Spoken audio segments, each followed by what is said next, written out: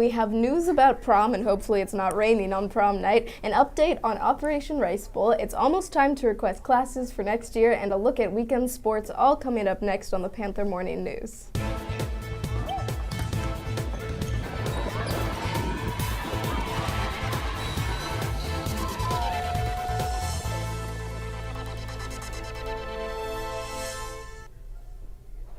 Good morning, St. Mary's. I'm Tommy. And I'm Molly. And in Student Life News, it was opening weekend of Greece. We caught up with a few people who had this to say about their experience and their reaction. This might be the greatest play I've ever watched. I think my life has changed forever.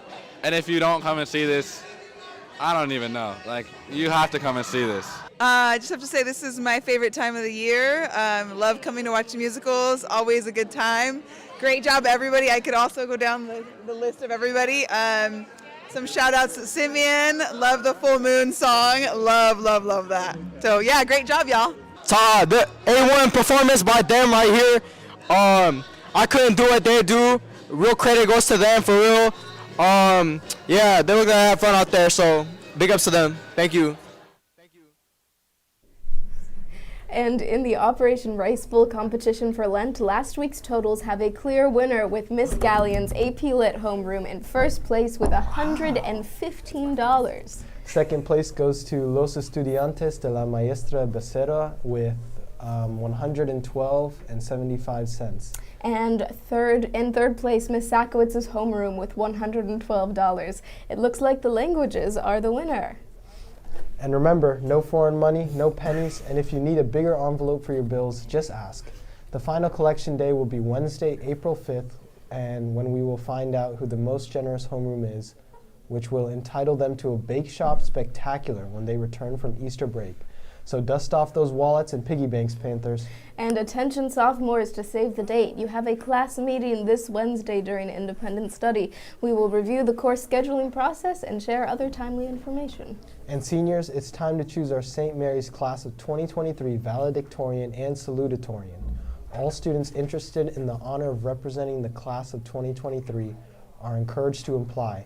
To be considered, you must attend today's mandatory meeting in the library at the start of A block. If you have any questions, see Dr. Troiani. And as we continue to look at Women's History Month, we have 3 hidden figures who worked in the early days of the space program. Inclusive Community sent us this special message. Hey Panthers, I'm Malachi. And I'm Sydney, and we are a part of the Inclusive Community team. And we are introducing 2 of the hidden figures. To shed light on 2 of the lesser known hidden figures, we will only cover Dorothy Vaughan and Mary Jackson. But there is also Katherine Johnson as well. In 1943, Langley hired Dorothy Vaughan for its all-black West Area Computation Unit. She has a strong work ethic and organizational talent. Through hard work and determination, she rises through the ranks to become the unit's leader and shift supervisor. Knowing which of her women is best equipped to work on particular assignments is part of her job. Like the all-white East Area Unit before it, the West Area Unit is eventually disbanded. This is due in part to the increased integration of female-run computers into the various technical teams, as well as the replacement of human workers by electronic computers. Born in the racial town of Hampton, Virginia in 1921, Mary Jackson became a pioneer of aerospace engineering as the first African-American woman to work in NASA as an engineer. Starting in 1951, Dorothy employs Mary Jackson. Jackson was a member of the West Computers, a group of African-American female mathematicians that made up the NACA's West Area Computing Section. The woman contributed information that was eventually crucial to the U.S. space program's early success. At the time, African-American employees had to use separate restrooms and cafeteria areas since NACA was still segregated. Thank you for listening. We strongly encourage you to seek information on Katherine Johnson, the 3rd hidden figure. Now back to announcements.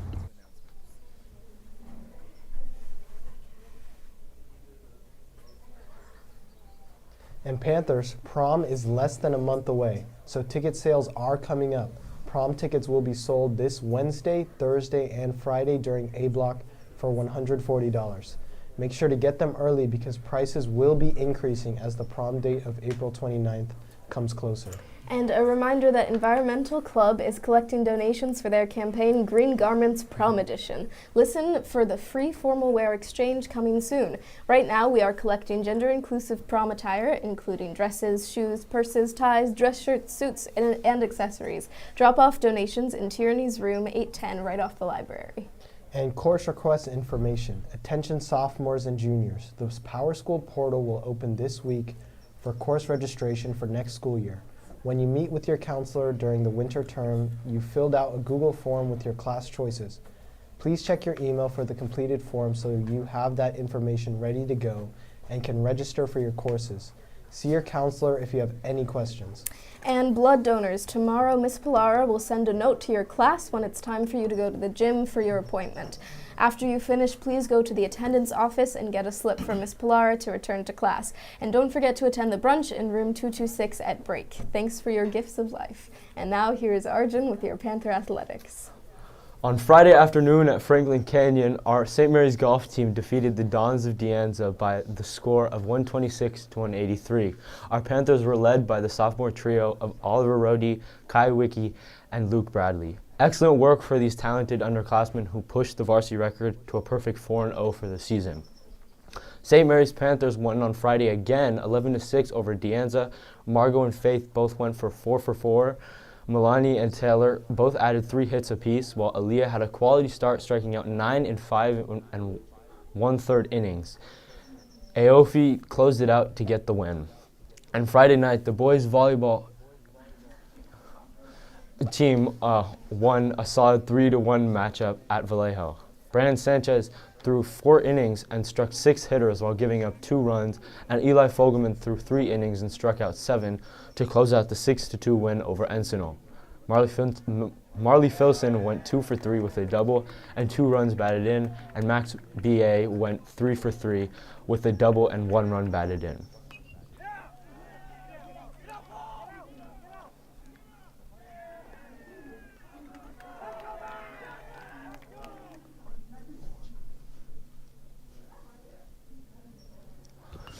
Last but not least, the Morning News' very own Colin Dalvan hit a single and leads the team with a 1.000 batting average.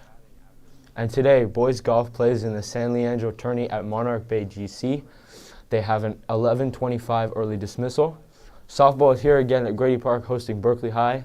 Swim and dive travels to Pinot Valley. And finally, boys volleyball host the Cougars of Albany this evening at Hagler Court. And one late addition to today's schedule, the varsity baseball team plays at Albany with a 4 p.m. first pitch. That's it for sports. Now back to Tommy and Molly. Thanks, Arjun, and a very happy birthday today to Maya Brockstead And Audrey Varner. Happy birthday from all of us to you. We wish you happy birthday so we can party too. Hooray! And here's today's menu for the Shea Cafe.